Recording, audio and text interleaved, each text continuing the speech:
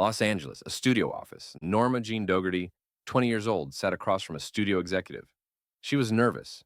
This was her first real audition, her chance to become an actress. The executive looked her up and down, slowly, like he was examining merchandise. "Stand up," he said. "Let me see you." Norma Jeane stood, turned around. The executive nodded. "You're pretty, but Hollywood is full of pretty girls. What makes you special?" "I can act," Norma Jeane said. "I've been taking lessons." The executive laughed. "Acting? Sweetheart, nobody cares if you can act. They care if you look good on camera. Can you do that?" "Yes, sir." "Good. Now, here's how this works. I can get you roles. Small roles at first. But if you want bigger ones, you have to be cooperative." Norma Jeane didn't understand. Cooperative? The executive stood up, walked around his desk, stood close to her, too close. "Very cooperative," he said. "You understand?" And in that moment, Norma Jeane understood. This wasn't about talent. It wasn't about acting. It was about what she was willing to do, what she was willing to give. She had two choices: walk out or stay. She stayed. This is the story of Marilyn Monroe and Hollywood's casting couch, the system that used her, abused her, and destroyed her. In the 1940s and 1950s, Hollywood operated under the studio system. A handful of powerful studios controlled everything. MGM, Warner Brothers, 20th Century Fox, Columbia, and the men who ran these studios had absolute power. They decided who became a star, who got roles, who made money, and they demanded payment, not in cash, but in bodies. It was called the casting couch, a polite term for sexual extortion. If you wanted a role, you had to sleep with the right people: producers, directors, studio heads. It was an open secret. Everyone knew. But nobody talked about it, because talking meant you'd never work again. Marilyn Monroe knew this system. She lived it. She survived it. But it broke her.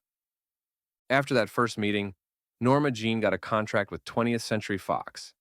A small contract, $75 a week, barely enough to live on. But she was in. She was going to be a movie star. Except she wasn't. For months, Fox didn't give her any roles. They just kept her under contract, made her take acting classes, posed her for photos, but no movies. "Why aren't they using me?" Norma Jeane asked her agent. "Because they're waiting to see if you're worth the investment." "How do I show them I'm worth it?" The agent paused. "You know how." Norma Jeane knew. She'd have to play the game. She'd have to be cooperative. So she went to parties, studio parties, where executives and producers would gather, looking for young actresses, fresh faces, fresh bodies.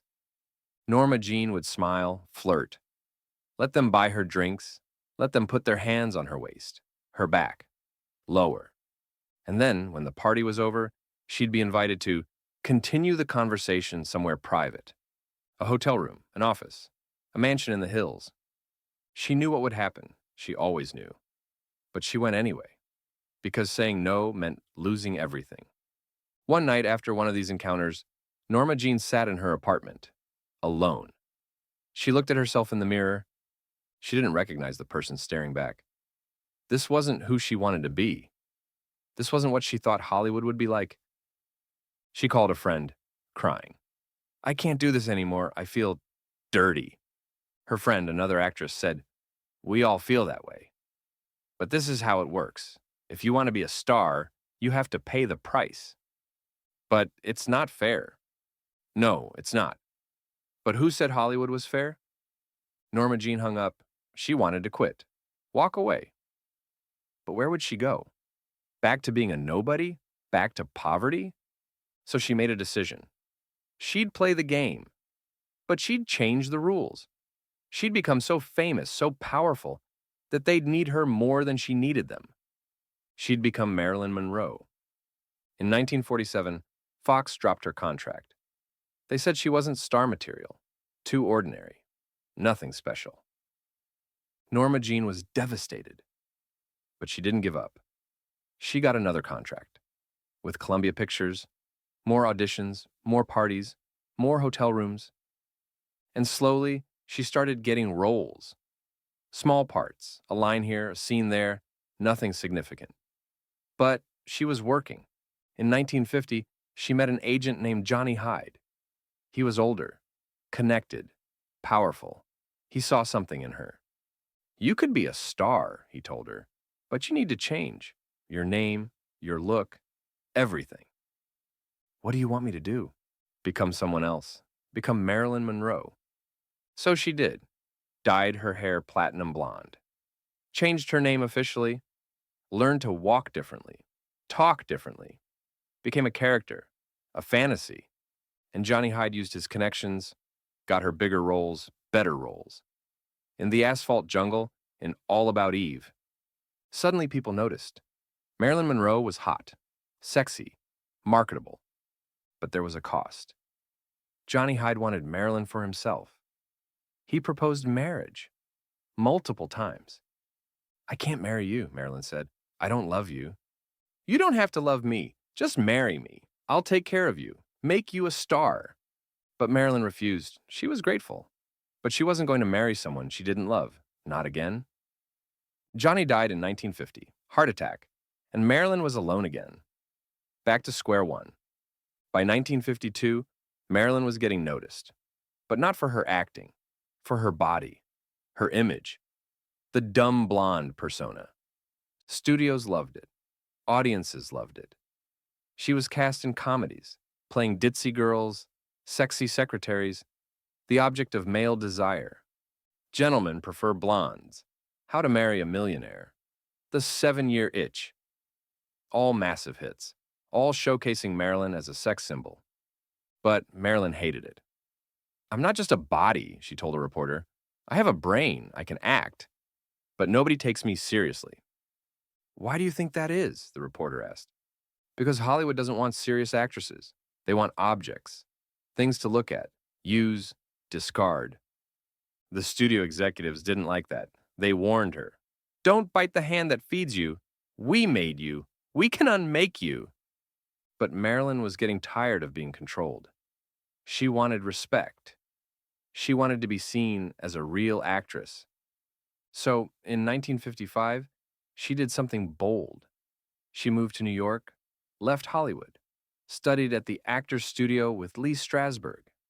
Method acting, real technique, real training. She wanted to prove she was more than just a pretty face. At the Actors Studio, Marilyn was surrounded by serious actors. Marlon Brando, James Dean, Paul Newman. They didn't see her as a sex symbol. They saw her as a student, an equal. For the first time in her life, Marilyn felt respected, valued for her mind, her talent. Lee Strasberg became her mentor. He believed in her. You have real talent, he told her. Don't let Hollywood destroy it. But Hollywood wasn't done with her. The studio demanded she come back. They threatened to sue. They owned her contract. She had to work. So Marilyn returned. But on her terms, she negotiated a new contract. More money, more control, better roles. And she got them. Bus Stop in 1956, a dramatic role. Critics praised her. Marilyn can actually act, they said, surprised. Then, The Prince and the Showgirl with Laurence Olivier, a legendary British actor. Marilyn was terrified, but she held her own. Olivier was difficult, condescending. He treated her like she was stupid. Just be sexy, he'd tell her. Don't think too much. Marilyn was furious, but she kept going. She proved herself. By the late 1950s, Marilyn was the biggest star in Hollywood. But she was also the most miserable. She'd achieved everything she wanted. Fame, money, recognition. But she still felt empty, used, objectified. In 1960, she filmed The Misfits, written by her husband, Arthur Miller. It was supposed to be her masterpiece, a serious dramatic role, but the production was a nightmare. Marilyn and Arthur were fighting. Their marriage was falling apart. Marilyn was taking pills, drinking, showing up late. or not showing up at all. Clark Gable, her co-star, was patient, but frustrated. "She's talented," he said, "but she's too damaged. Hollywood did this to her." Gable died shortly after filming ended. Heart attack. Some blame the stress of working with Marilyn. Marilyn was devastated. Another person destroyed by Hollywood, just like her.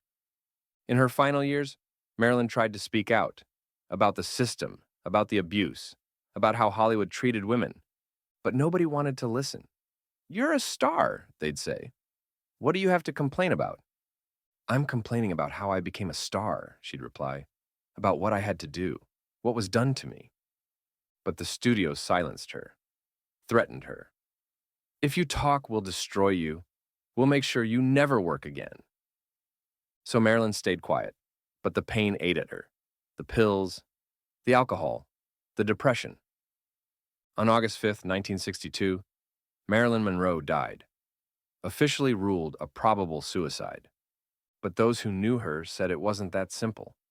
She didn't just die, she was killed by a system that used her, exploited her, and then discarded her when she became too difficult, too damaged. After Marilyn's death, Hollywood mourned, publicly.